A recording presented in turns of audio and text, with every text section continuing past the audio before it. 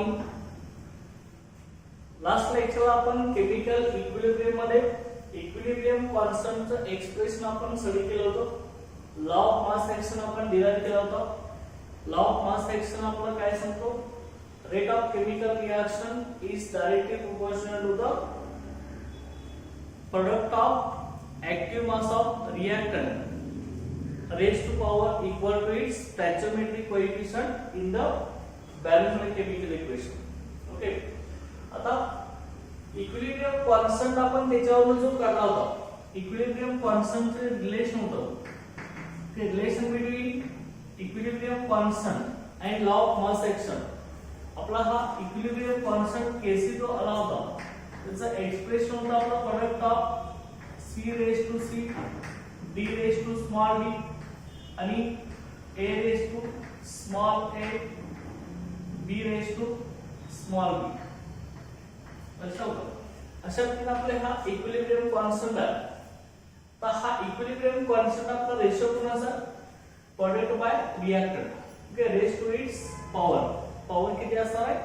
Okay, balanced chemical reaction मध्ये जी power आहे ती आपली केसीपी असणार आहे. ते आपण बघितलं. तर equilibrium constant with respect to partial pressure plus आपण केपी असं म्हणतो असतो. तर equilibrium constant with respect to partial pressure जर एखाद्या रिव्हर्सिबल केमिकल रिएक्शन मध्ये सगळे सबस्टन्स जर गॅसेस स्टेट मध्ये प्रेझेंट असतील तर त्यावेळी आपण त्यांचं कॉन्सन्ट्रेशन हे पार्शियल प्रेशर मध्ये घेत असतो. त्यावेळेचं कॉन्सन्ट्रेशन असतं ते पार्शियल प्रेशर मध्ये. ते लक्षात घ्या. आता समजा आपली A gas plus B gas it gives okay C gas plus D gas असे आपले रिव्हर्सिबल केमिकल रिएक्शन असेल. आता A चा कोएफिशियंट स्मॉल a आहे, B चा स्मॉल b. ओके, त्यानंतर C चा स्मॉल c आणि D चा आहे तो आपला स्मॉल d कोएफिशियंट असेल. ओके, पण इथे काय होणार आहे बघा, जर रिएक्टंट आणि प्रोडक्ट हे गॅसेस स्टेट मध्ये असतील तर त्यांचं कॉन्सन्ट्रेशन पार्शियल प्रेशर मध्ये एक्सप्रेस केलं जातं. मग हाच केसी इक्विलिब्रियम कॉन्स्टंट जर पार्शियल प्रेशर असेल तर आपण कसं लिहितो? केपी इज इक्वल टू काय होतं आपलं लक्षात घ्या, C raise to okay PC okay PC raise to small C PD raise to small d. त्यानंतर PA raise to small a. त्यानंतर PB raise to PB raise to small b. Okay, अशा प्रकारे आपलं equilibrium constant with partial pressure हे equation असणार आहे. इथं PC मध्ये पार्शियल प्रेशर ऑफ C असणार आहे, PD म्हणजे पार्शियल प्रेशर ऑफ D असणार आहे, PA म्हणजे पार्शियल प्रेशर ऑफ A असणार आहे आणि PB म्हणजे पार्शियल प्रेशर ऑफ B असणार आहे. ओके, लक्षात ठेवा. आता मग equilibrium constant with partial pressure हे आपला केपी असणार आहे. ओके, आणि त्यानंतर दोघांच्या मधलं जे रिलेशन आहे आपलं केपी आणि केसी मधलं ते आपल्याला इथं फाइंड आउट करायचं. आता त्या ठिकाणी पीसी म्हणजे पार्शियल प्रेशर ऑफ सी आहे. आता पार्शियल प्रेशर कधी म्हणायला असतात? एखाद्या सबस्टन्सचं मिक्सचर मध्ये असलेलं प्रेशर हे पार्शियल प्रेशर म्हणजे आपलं काय असणार आहे तुझ्या लक्षात घ्या. Partial pressure of each component is directly proportional to its concentration at constant temperature. हे असतात लक्षात घ्या. आता मग एखाद्या पर्टिक्युलर कंपाऊंड साठी आपण जर बघत असेल तर पार्शियल प्रेशर एक्सप्रेस करायचं असेल मिक्सर मध्ये तर आपण प्रेशर कसं घेत असतो? आता सुरुवातीला आपण आयडियल गॅस इक्वेशन आपल्याला ऑलरेडी माहित आहे. Okay, ideal gas equation. ते आता आयडियल गॅस इक्वेशन कसं लक्षात? Partial pressure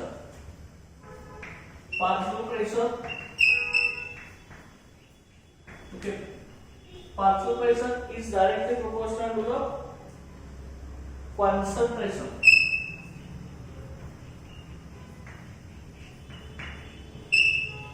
Partial pressure is directly proportional to concentration.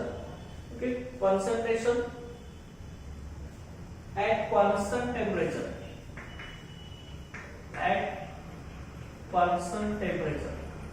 ते टेम्परेचर कॉन्स्टंट असताना पार्शियल प्रेशर हे कॉन्सन्ट्रेशनशी डायरेक्टली प्रोपोर्शनल असतात.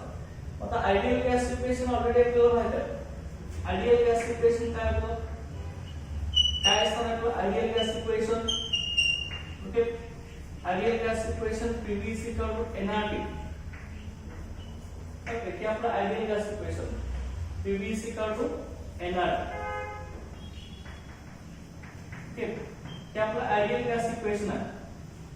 P म्हणजे इथं प्रेशर आहे, P व्हॉल्यूम आहे, N number of moles, R म्हणजे गॅस पर्सेंट आहे आणि T म्हणजे टेम्परेचर आहे. मग आपल्याला P ची व्हॅल्यू काढायची आहे.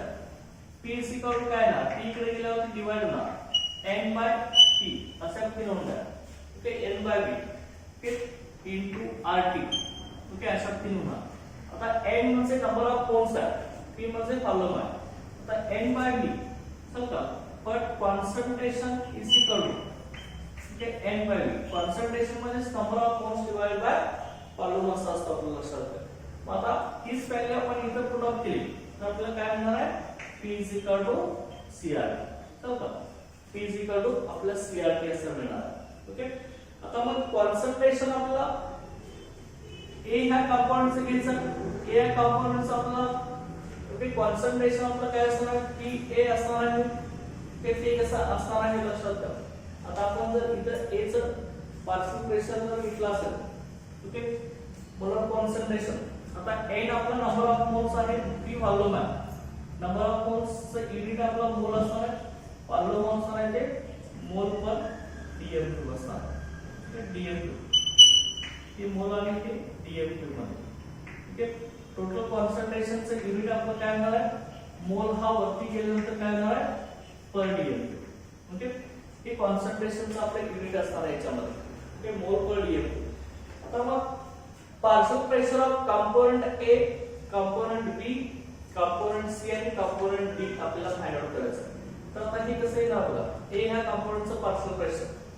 ओके, A ह्या कंपोनेंटचं पार्शियल प्रेशर कसं करणार बघा आपण आता की A partial pressure of A component हे काय असणार आहे बघा. ओके, Na सेम आता इक्वेशन आपलं ideal gas equation PA is equal to काय असणार आहे PAV. Ideal gas equation PV is equal to nRT. आता पार्शियल प्रेशर आपण A ह्या कंपाऊंडचं घेतलं, PAV is equal to काय येणार आपलं NAV ओके RT. Na म्हणजे number of moles of A component, PA म्हणजे partial pressure of A component. आता हे आपण P इकडे घेतला तर काय येणार सेम बघा PA is equal to Na by P into RT. Okay, तसं आता मग and number of moles divided by volume म्हणजे काय असणार आपलं कॉन्सन्ट्रेशन असणार. चला, नंबर ऑफ मोल्स म्हणजे आपलं कॉन्सन्ट्रेशन असणार. आता हे कुणाचं कॉन्सन्ट्रेशन असणार आहे A ह्या कंपाऊंडचं. मग तेच आपण कसं लिहिणार बघा PA is equal to काय येणार Na by B म्हणजे काय असणार आहे concentration of A compound. Okay, इथं आपण लिहूया ओके Na by B म्हणजे कॉन्सन्ट्रेशन ऑफ A लक्षात. Okay, concentration of A.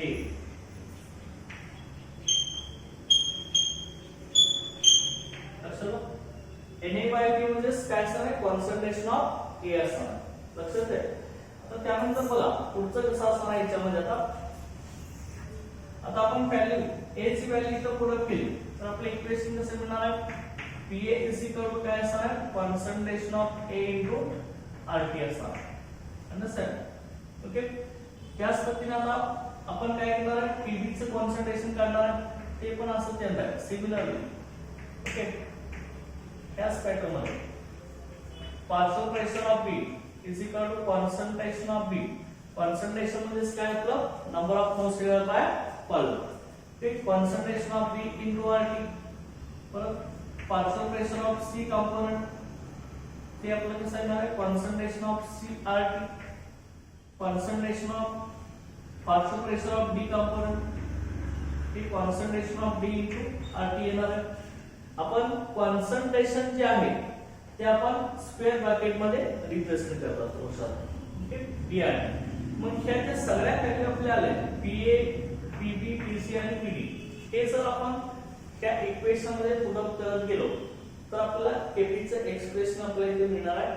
Okay ह्या सगळ्या व्हॅल्यू आपल्याला इथं सांगितले. पार्शियल प्रेशर ऑफ ए कसं काढायचं, पार्शियल प्रेशर ऑफ बी आपण कसं काढणार, पार्शियल प्रेशर ऑफ सी कसं काढायचं आणि पार्शियल प्रेशर ऑफ डी कसं काढायचं. तर partial pressure of each component in the mixture हे कसं असणार आहे आपलं direct proportional to concentration at constant temperature. Okay एखाद्या गॅसियस मिक्सचर मध्ये प्रत्येक कंपोनेंटचं पार्शियल प्रेशर हे कसं असणार आहे directly proportional to its concentration at constant temperature. म्हणून सगळ्या ह्या कंपोनेंटचं पार्शियल प्रेशर आपण इथे डिराइव्ह केलेलं असतं. ओके आता ह्याच्यानंतर आपण केपी आणि केसी हे दोन्ही सुद्धा इक्विलिब्रियम कॉन्स्टंट आहे. केपी मध्ये कधी म्हणतो आपण ज्यावेळी सगळे सबस्टन्स रिएक्शन मध्ये गॅसेस स्टेट मध्ये असेल त्यावेळी इक्विलिब्रियम कॉन्स्टंट आपण केपीच्या फॉर्ममध्ये लिहितो आणि जर ते लिक्विड स्टेट मध्ये असेल तर आपण ते एक्सप्रेस करतो आपण कॉन्सन्ट्रेशन मध्ये मोल पर डेसिमल मध्ये. ओके आता त्यानंतर नेक्स्ट आहे आपला रिलेशन बिटवीन केपी आणि केसी. की ह्या दोघांच्या मध्ये काय रिलेशन आहे आपल्याला हे स्टडी करायचं. रिलेशन बिटवीन केपी आणि केसी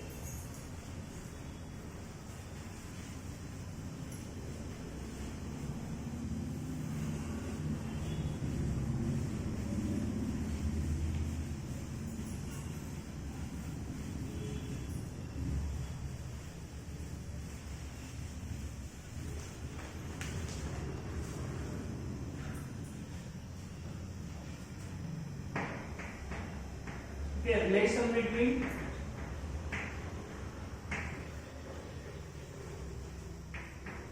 Kp and Kc.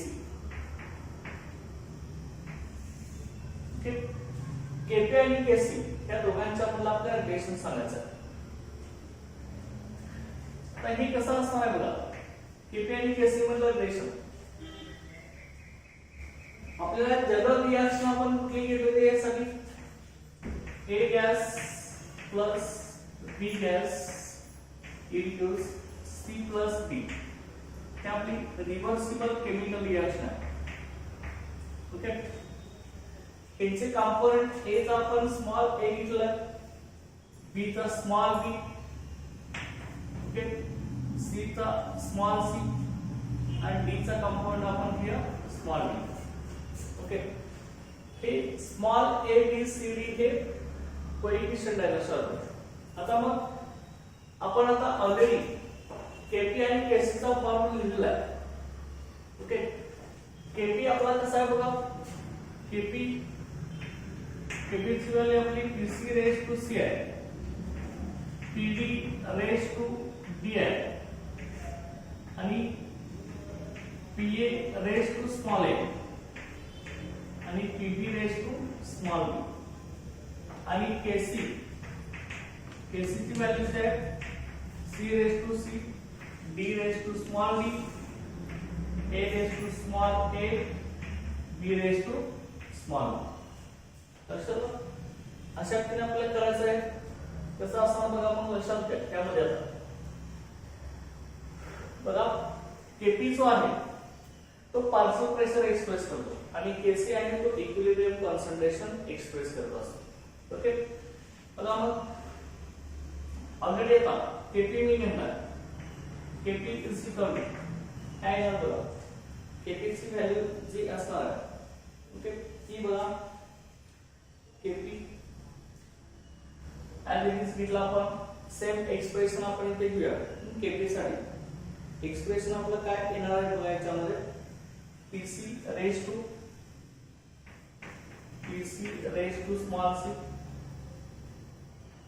pd raised to small d okay divided by pa raised to small a आणि pb raised to small b. हे आपले एक्सप्रेशन आहे लक्षात. तर ह्यामध्ये आपल्याला पार्शियल प्रेशरच्या व्हॅल्यू एक्स इथं इंट्रोड्यूस करायचं. पार्शियल प्रेशर आपलं पीसी चं काय लक्षात घ्या. पीसी ची पार्शियल प्रेशरची व्हॅल्यू आपल्याला माहिती आहे. Okay partial pressure of C component PC हे आपलं काय कॉन्सन्ट्रेशन ऑफ CRT हे अशा पद्धतीने लक्षात ठेवा. त्यानंतर partial pressure of B component is directly proportional to concentration at constant temperature. हे PD RT स्क्वेअर ब्रॅकेट म्हणजे कॉन्सन्ट्रेशन ऑफ B तर कॉन्सन्ट्रेशन ऑफ C असणार. इथे काय असणार आहे PA कॉन्सन्ट्रेशन ART. ओके इथे काय असणार आहे बघा PB साठी partial pressure of B concentration of B into RT आणि कॉन्सन्ट्रेशन आपण कसं काढतो number of moles divide by volume. Okay आणि ह्या सगळ्या व्हॅल्यू इथे पुट अप करा. पुट केल्यावरती काय आहे बघा Kp बरोबर Kp आता Pc ची व्हॅल्यू काय बघा रे concentration of C into RT इथे आपण पुट करा काय होणार C. Okay okay CRT concentration of CRT okay raise to काय बघा स्मॉल c कोएफिशिएंट आहे रेस टू असणार आहे. ओके त्यानंतर PD काय बघा PD म्हणजे काय बघा concentration of D RT raise to small d. लक्षात परत इथे काय असणार आहे बघा PA म्हणजे काय असणार कॉन्सन्ट्रेशन ऑफ A लक्षात ART okay raise to small a. Concentration of P काय येणार इथं concentration of B RT raise to small b. Okay त्यात आपण व्हॅल्यू प्रोडक्ट केले partial pressure C D A आणि B सगळ्यांचे पार्शियल प्रेशरची व्हॅल्यू आपण त्या Kp मध्ये इंट्रोड्यूस केले. आता मला लक्षात घ्या आता रेस टू पॉवर C इथं आहे concentration C into RT raise to power C ही प्रत्येक पॉवर आपण प्रत्येक ओके क्वांटिटीला आपण देणार आहे तर कसं लिहू आता इथं काय येणार आहे concentration of C okay raise to small c into RT okay into RT आहे ना इथं आता इनटू से RT आहे त्याला आपण रेस टू पॉवर करणार आहे RT raise to small c लक्षात RT raise to small c लिहितो. परत इथं बघा concentration of D raise to small d आणि इथं काय होत आहे RT raise to small d असणार. ओके आता डिवाइड बाय परत काय येणार बघा आता ही total quantity raise to power small a त्यामुळे a raise to small a okay a raise to small a RT raise to small a त्यानंतर बघा b येणार ना कसं आहे ना बघा b okay b raise to काय येणार स्मॉल b त्यानंतर RT raise to small b. Okay आता मग याच्यावर आपल्याला काय लक्षात आलं बघा आता concentration of C raise to small से D raise to small d आहे A रेस टू स्मॉल आहे B raise to small b. Okay common काय बघा वरती न्यूमरेटर डिनॉमिनेटर दोन्ही बघा न्यूमरेटर मध्ये RT कॉमन आहे डिनॉमिनेटर मध्ये सुद्धा RT कॉमन आहे फक्त इंडायसेस डिफरंट आहे. ओके लक्षात घ्या त्याच्यामध्ये बेस सेम असेल तर इंडायसेसची सम करणार आपण. ओके बघा याच्यामध्ये कसं येणार मग परत हाच फॉर्म Kp इक्वल काय येणार मग ओके आपला RT कॉमन आहे इंडायसेसची सम करणार आहोत. Okay C raise to C okay त्यानंतर D raise to small d. Okay आणि RT रेस टू काय येणार आहे इंडायसेसची सम C प्लस D येणार. ओके त्याच पद्धतीने इथे येणार आपला A आहे A raise to small a RT raise to small a इथे सुद्धा RT कॉमन आहे आणि A raise to small a as it is. Okay त्यानंतर B raise to small b as it is असणार आहे. त्यानंतर परत काय येणार बघा RT raise to a plus b. Okay लक्षात द्या. आता मग त्यानंतर आपण आता Kc ची जी व्हॅल्यू काढली होती Kc आपला काय असणार आहे रेशो आहे कुणाचा equilibrium concentration of product to the equilibrium concentration of reactant. Okay, हा प्रोडक्ट बाय रिएक्टंटचा रेशो लक्षात घ्या, रेश टू इट्स पॉवर आहे. आता Kc ची व्हॅल्यू आपली ओके इथं आपली C रेश टू C ती सेम आपण इथं प्रोडक्ट केली आहे का बघा. C raise to C, D raise to small d, A raise to small a आणि B raise to small b as it is आहे. आता त्यासाठी आपण काय करणार आहे की जी Kc ची व्हॅल्यू आहे ती सेम इथं प्रोडक्ट करून घेणार. ओके, त्यावेळी आपल्याला कसं येणार बघा, Kp इज इक्वल टू समजा इथे काय आहे Kc. आता हा जो प्रोडक्टचा रेशो आहे तो आपला Kc चा आहे. मग पुढे काय करायचं सांगा आता, Rt रेश टू काय येणार आहे C plus D. Okay, Rt raise to आपला काय असणार आहे तर C प्लस D असणार आहे. मग इथे कसं येणार बघा परत ह्याच्यामध्ये. ओके, हा तर आपला सेम येणार आहे. ते पुढची जर स्टेप आपण लिहिली ते same C raise to C, D raise to small d, A raise to small a, B raise to small b. आता हा Rt raise to a plus b तो वरती गेला तर ह्याला मायनस होणार. ओके, पण तो कसा आपण लिहिणार बघा into Rt raise to C plus d minus a plus b. Okay, अशा प्रकारे असणार.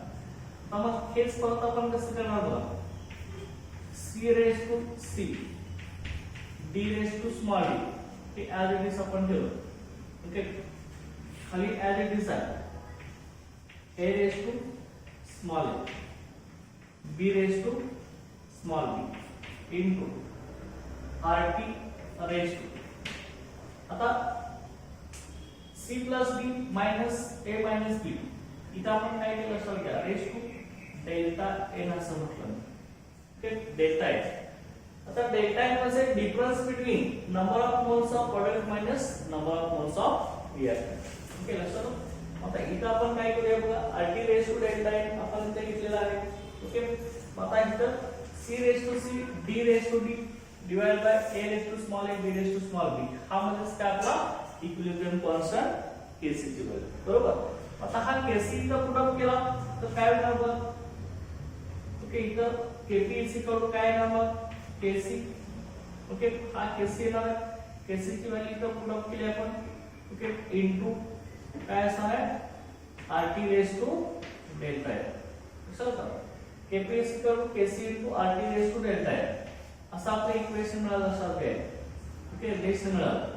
कसं म्हणलं ओके, Kp आणि Kc मिळालं. Kp is equal to Kc into Rt raise to delta n.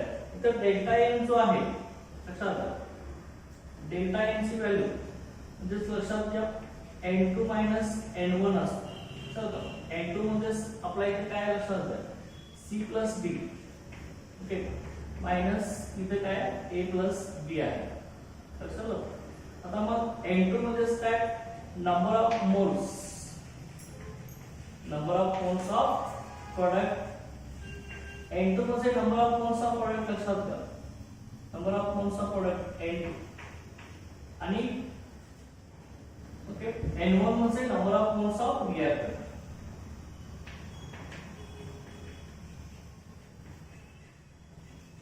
Number of moles of reactant ते आपण कसं दाखवणार आहे n1 ला दाखवणार. चला n2 मायनस n1 किती डेल्टा n चे व्हॅल्यू असणार आहे. Number of moles of product minus number of moles of reactant. अशा प्रकारे हा Kpn आहे. Kp is equal to Kc Rt raise to delta आहे. हे दोघांच्या मध्ये डिफरन्स आहे. आता याच्यामध्ये R ची जी व्हॅल्यू आहे, R आपला इथं गॅस कॉन्स्टंट आहे. R ची व्हॅल्यू आहे 0.082 लिटर एटमॉस्फियर पर मोल. ओके, 0.082 लिटर एटमॉस्फियर पर मोल पर केल्विन. कॅसरतीने हा गॅस कॉन्स्टंट R आहे. आणि मग ती आपलं ऍब्सोल्यूट टेम्परेचर आहे, ह्याची व्हॅल्यू आपल्याला दिली जाते. हा गॅस कॉन्स्टंट आहे. तर त्यानंतर आपला प्रेशर जे आहे यांचं प्रेशर एक्सप्रेस केलं जातं ते पार्शियल प्रेशर मध्ये. आता प्रेशर हे जनरली 1 बार मध्ये असतं. ओके, बार मध्ये प्रेशर एक्सप्रेस केलं जातं असं. ओके, प्रेशर एक्सप्रेस इन बार. चला आता मग आपल्याला जनरली जे आपण प्रेशर घेणार आहे ते 1 पास्कलच्या व्हॅल्यू मध्ये आपण घेत असतो. 1 पास्कल चला 1 पास्कल पास्कल इथे पी आहे इज इक्वल टू हे काय असतं आपलं 1 न्यूटन पर मीटर स्क्वेअर असतं ओके 1 पास्कल म्हणजे 1 न्यूटन पर मीटर स्क्वेअर असतं आणि 1 बार म्हणजे काय असतं 10⁵ पास्कल असतो 10⁵ पास्कल हे तो पार्शियल प्रेशरचे युनिट्स आहे ओके प्रेशर हे बार मध्ये किंवा न्यूटन पर मीटर स्क्वेअर किंवा पास्कल मध्ये एक्सप्रेस केलं जातं लक्षात ठेवा की आपल्या कशामध्ये रिलेशन आहे केपी आणि केसी मधलं रिलेशन आहे ओके आता ह्याच एक्सप्रेशन वरून आपल्याला डेल्टा एन ची व्हॅल्यू कशी काढता येते ते आपल्याला बघायचं आपण एखादी केमिकल रिएक्शन इथे घेतली असेल बघा यामध्ये आता रिलेशन तर आपल्याला माहित झालंय केपी आणि केसी मधलं रिलेशन ओके केमिकल रिएक्शन आपण इथे घेतली समजा आपण इथं पर्टिक्युलर रिएक्शन इथे घेऊ केपी आणि केसीच्या एक्सप्रेशन साठी समजा N2 gas plus 3H2 gas it gives 2NH3 gas okay 2NH3 gas असे आपली केमिकल रिएक्शन असेल right the expression for KP okay तर म्हटलं असं राइट द हे असा एक क्वेश्चन असेल right the expression of KP Okay, write the expression of Kp and substitute for Pn2. Okay, partial pressure of nitrogen and partial pressure of NH and substitute the partial pressure of N2. Pn2 म्हणजे partial pressure of nitrogen gas. And PNS3 म्हणजे काय partial pressure of ammonia gas okay आणि partial pressure कसं असतं आपण म्हणूया partial pressure in the mixture is directly proportional to the concentration at constant temperature okay एखाद्या mixture मधील गॅसचं पार्शियल प्रेशर हे त्याच्या कॉन्संट्रेशनशी डायरेक्टली प्रोपोर्शनल असतं टेम्परेचर कॉन्स्टंट असतं ओके आता मग त्यासाठी एक्सप्रेशन आपल्याला कसं लिहिता येईल Kp equal Kc RT raise to delta n तर आहे ओके आता Kp ची व्हॅल्यू आपल्याला कशी लिहिणार आहे Kp आपला काय असणार आहे concentration of product to concentration of reactant आहे Kp इक्वल टू बोला पार्शियल प्रेशर तर कसं येणार बघा Kp रिएक्शन ऑलरेडी इथं आहे प्रोडक्ट टू रिएक्टंट असतो partial pressure of NH3 okay PNH3 याचा स्टॅच्यूमेट्रिक कोएफिशिएंट किती 2 आहे त्यामुळे इथं रेज टू 2 झालं okay divided by partial pressure of N2 gas Pn2 याची रेज टू पॉवर काय आहे ना म्हणजे 1 आहे सर ओके 1 त्यानंतर इथं काय येणार बघा दुसरा partial pressure of H2 gas PH2 याचा कोएफिशिएंट 3 आहे त्यामुळे रेज टू पॉवर काय येणार आपली 3 येणार आता मग त्याच्यामध्ये आता ऑलरेडी आपल्याला माहित आहे पार्शियल प्रेशर हे काढण्यासाठी त्याचं कॉन्संट्रेशन आपल्याला माहित पाहिजे ओके हाच फॉर्म आपल्या केसी मध्ये कसा असणार concentration of product to concentration of reactant मग आता यासाठी ओके Kp इक्वल टू कसं होणार Kp ची व्हॅल्यू ते आता NH3 गॅस आहे ना NH3 गॅसचा कोएफिशिएंट आपला किती 2 आहे की तो ऍज इट इज आपण जर इथे लिहिला असेल तर इथे कसं येणार आपला त्यामध्ये सेम एक्सप्रेशन ह्या पॅटर्न मध्ये लिहिलं चालेल कसं येणार ओके PNH3 ओके काय येणार आपल्या याच्यामध्ये PNH3 गॅस ओके की ऍज इट इज आपल्या इथे असणार ओके NH3 गॅस हे डायरेक्ट आता ह्याच पॅटर्न मध्ये आपण घेणार NH3 gas okay NH3 gas coefficient आपला 2 आहे त्यामुळे रेज टू पॉवर आपली किती येणार इथं 2 येणार आहे आणि पुढे आपला सेम त्या पॅटर्न मध्ये लक्षात घ्या प्रोडक्ट बाय रिएक्टंट इथं आता प्रोडक्ट फक्त NH3 आहे त्यामुळे इथं आपण NH3 लिहिला रेज टू पॉवर 2 RT पुढे असणार आहे as it is RT okay RT RT raise to इथं काय येणार आहे 2 येणार आहे. ओके, इथला C + D तर एकच आहे ना, 2 येणार. ओके, डिवाइड बाय, आता इथं परत काय नायट्रोजन आहे, N2 गॅस कोएफिशिएंट याचा एकच आहे. ओके, त्यामुळे RT रेज टू पॉवर सुद्धा याची काय होणार आहे, तेवढीच राहणार आहे, इनटू RT होणार आहे. तर ते परत तर काय होणार बघा, H2O गॅस आहे, H2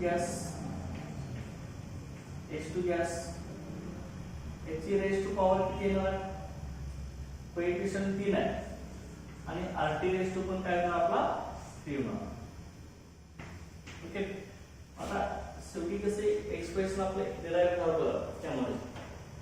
ओके, आता की NH3 gas raise to power 2 आहे into RT raise to power 2. इथं ऍज इट इज मी घेणार NH3 गॅस, त्याला सेपरेट करायचे, त्याचा पॉवर रेज टू पॉवर 2 आहे ऍज इट इज. खाली आपला N2 गॅस इनटू RT आता घेणार नाही, हे RT आपण सेपरेट करणार ह्याच्यासारखंच. Okay, plus H2 gas,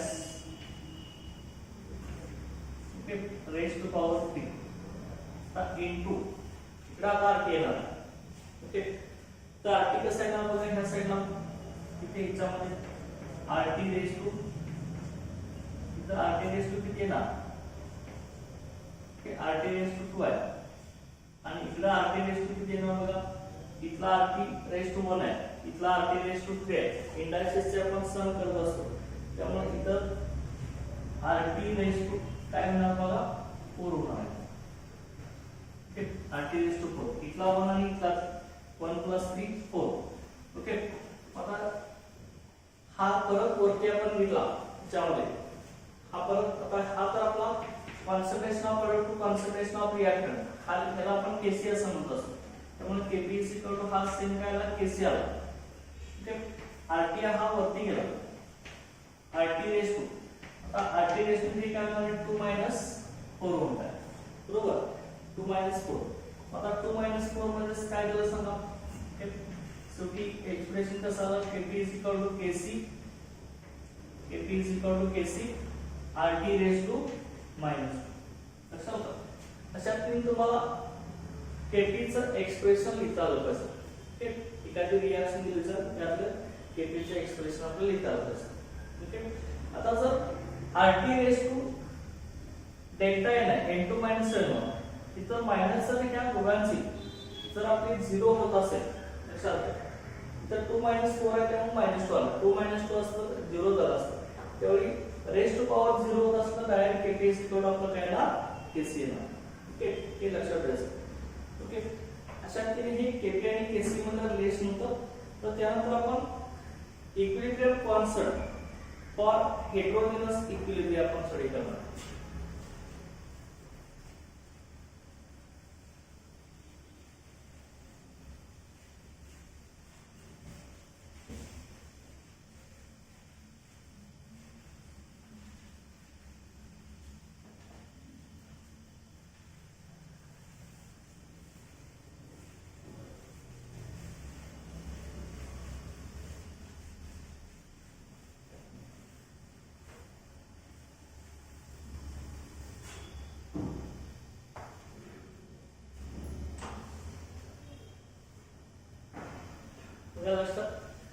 Characteristics of equilibrium constant.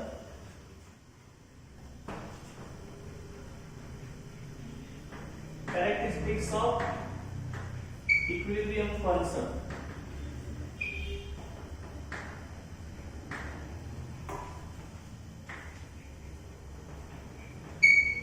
Okay. Equilibrium constant च्या characteristics आपण स्टडी करणार आहोत.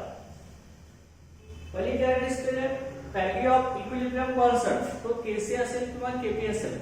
ओके, पार्शियल प्रेशर असलं तर Kp, इक्विलिब्रियम कॉन्संट्रेशन असलं तर Kc असणार.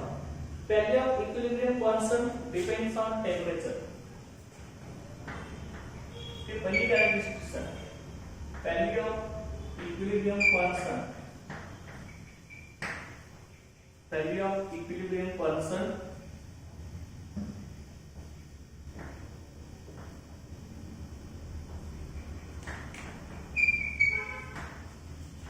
depends on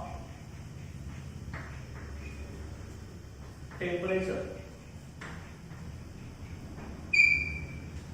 Okay, value of equilibrium constant depends on temperature. Equilibrium constant ची व्हॅल्यू टेम्परेचर वर डिपेंड असते कसं असतं. Change in concentration,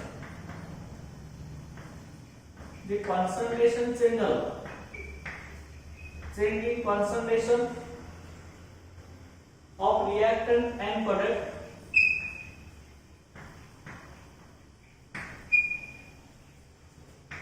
change in concentration of reactant and products. Okay, change in concentration of reactant and products, pressure असेल and volume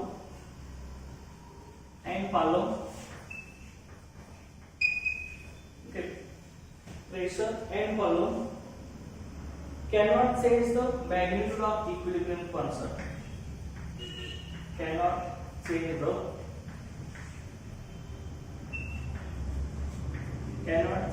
magnitude of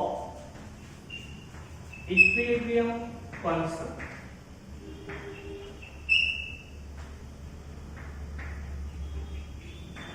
लक्षात आहे काय म्हटले बघा आपण, कॉन्सन्ट्रेशन रिएक्टंट आणि प्रोडक्ट जर चेंज होत असेल, प्रेशर चेंज होत असेल किंवा व्हॉल्यूम चेंज होत असेल, त्याचा कुठलाही इफेक्ट इक्विलिब्रियम कॉन्स्टंटच्या मॅग्निट्यूड वरती होत नाही लक्षात घ्या. जर रिएक्टंटचं कॉन्सन्ट्रेशन किंवा प्रोडक्टचं कॉन्सन्ट्रेशन चेंज झालं, प्रेशर चेंज झालं किंवा व्हॉल्यूम चेंज झालं, ओके, की इक्विलिब्रियम कॉन्स्टंटचं मॅग्निट्यूड चेंज करू शकत नाही. ओके, असं घ्यायचा काही इफेक्ट इक्विलिब्रियम कॉन्सन्ट्रेशन वरती होऊ शकत नाही. ती इक्विलिब्रियम कॉन्स्टंटची कॅरेक्टरिस्टिक्स फीचर आहे. नेक्स्ट याच्यामध्ये बघा, नेक्स्ट कॅरेक्टरिस्टिक काय आपली, catalyst does not affect value of equilibrium constant. Catalyst does not affect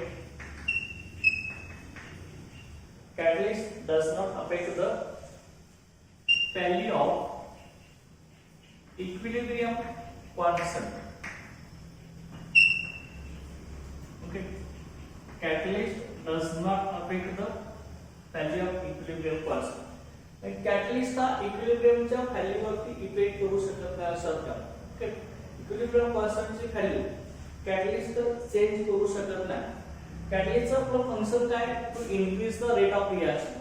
त्यामुळे फॉरवर्ड रिएक्शन आणि रिव्हर्स रिएक्शन तो इक्वल क्वांटिटी मध्ये इन्क्रीज करत असतो. त्यामुळे ओके, इक्विलिब्रियम कॉन्स्टंटच्या व्हॅल्यूवरती कॅटलिस्टचा कुठलाही इफेक्ट होत नाही असं अर्थ. ओके, त्यानंतर नेक्स्ट आपण बघायचं मध्ये value of Kp and Kc, value of Kp and Kc. आता Kp आणि Kc दोघांना सुद्धा आपण काय म्हणतोय, आपण इक्विलिब्रियम कॉन्स्टंट म्हणतोय. Kp कधी म्हणतो, पार्शियल प्रेशर असतं, आणि Kc कधी म्हणतो, इक्विलिब्रियम कॉन्सन्ट्रेशन असेल. Okay, Kp and Kc generally, value of Kp and Kc generally has no units. ह्याला कुठलाही युनिट नाही असत, because concentration and partial pressure in the expression हे आपलं कॅन्सल होत असतं. value of Kp and Kc generally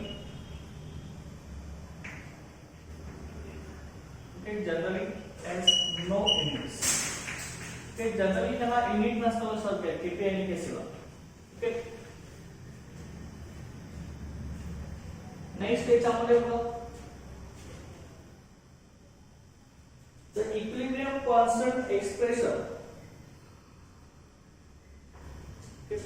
equilibrium constant expression or expression of equilibrium constant,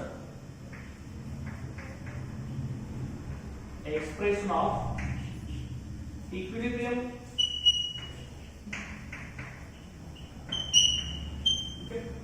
expression of equilibrium constant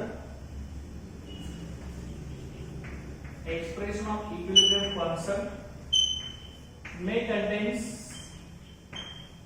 okay याच्यामध्ये काय काय असतं इक्विलिब्रियम कॉन्स्टंटच्या एक्सप्रेशन मध्ये बघा may contains concentration of gases may contains concentration of gases the gas concentration असू शकतो concentration of gases or molecules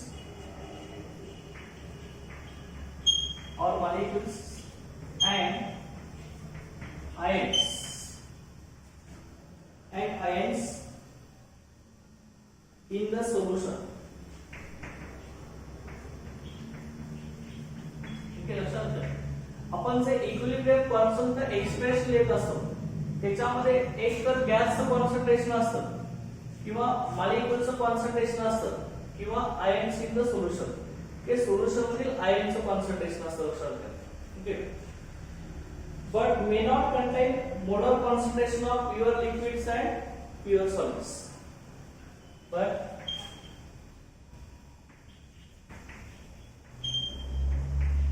may not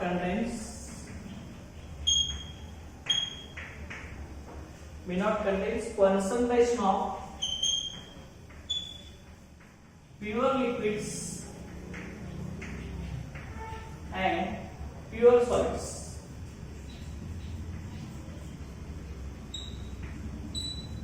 may not contains concentration of pure liquids and pure solids okay आपण जे केसीचं expression लिहित असतो त्याच्यामध्ये एक तर gas मॉलिक्युलचं concentration असतं मॉलिक्युलचं कॉन्संट्रेशन असतं किंवा ions in the solution okay एखादा प्युअर लिक्विड असेल किंवा प्युअर सॉलिड असेल त्याचं एक्सप्रेशन आपण इक्विलिब्रियम कॉन्स्टंट मध्ये लिहिता असणार ओके त्याच्यामध्ये प्युअर सॉलिड किंवा प्युअर लिक्विड आपण इक्विलिब्रियम कॉन्स्टंटच्या एक्सप्रेशन मध्ये लिहित नाही ओके हे लक्षात द्यायचं आता इक्विलिब्रियम कॉन्स्टंटची जी कॅरेक्टरिस्टिक व्हॅल्यू आहे ही पर्टिक्युलर रिव्हर्सिबल रिएक्शन वर डिपेंड आहे ओके आणि टेम्परेचर वर सुद्धा डिपेंड आहे आता जेवढी केपी आणि केसी ची व्हॅल्यू आपली जास्त असणार आहे higher the value of Kp and Kc लक्षात okay higher the value of Kp and Kc Kp किंवा केसी ची व्हॅल्यू जेवढी जास्त असणार higher the value of Kp और केसी म्हणूया केपी आणि केसी ची व्हॅल्यू जेवढी जास्त असणार आहे तेवढं concentration of means more the concentration of product is formed means okay more the concentration of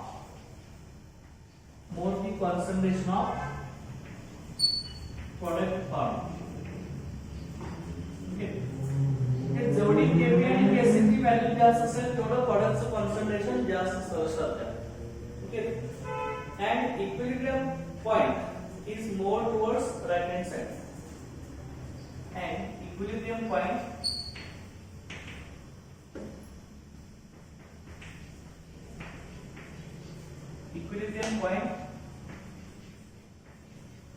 more towards right hand side and vice versa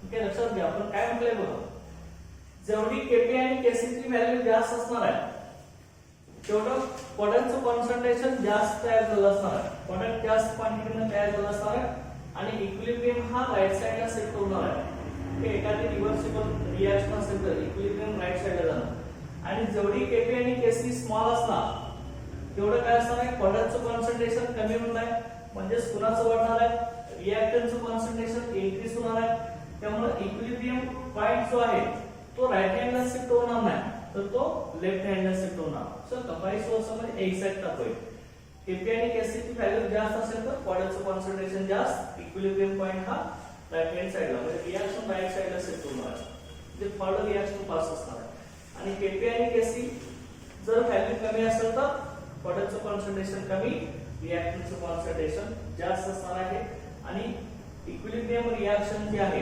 ती लेफ्ट साइडला शिफ्ट होणार आहे लक्षात ओके अशा रीतीने ही कॅरेक्टरिस्टिक फीचर्स होतं. आता ह्यामध्ये बघा ह्या ज्या टोटल व्हॅल्यू आहे इक्विलिब्रियम कॉन्सन्ट्रेशनच्या ते आपण इथं लक्षात ठेवायचं आणि नेक्स्ट लेक्चरला आपण ह्याच्यामध्ये इक्विलिब्रियम कॉन्स्टंट हा हेटेरोजेनस रिएक्शन साठी किंवा हेटेरोजेनस इक्विलिब्रियासाठी हेटेरोजेनस इक्विलिब्रियम मध्ये कसं आपण एक्सप्रेस करणार ते आपण आता नेक्स्ट लेक्चरला स्टडी करणार. Okay, thank you.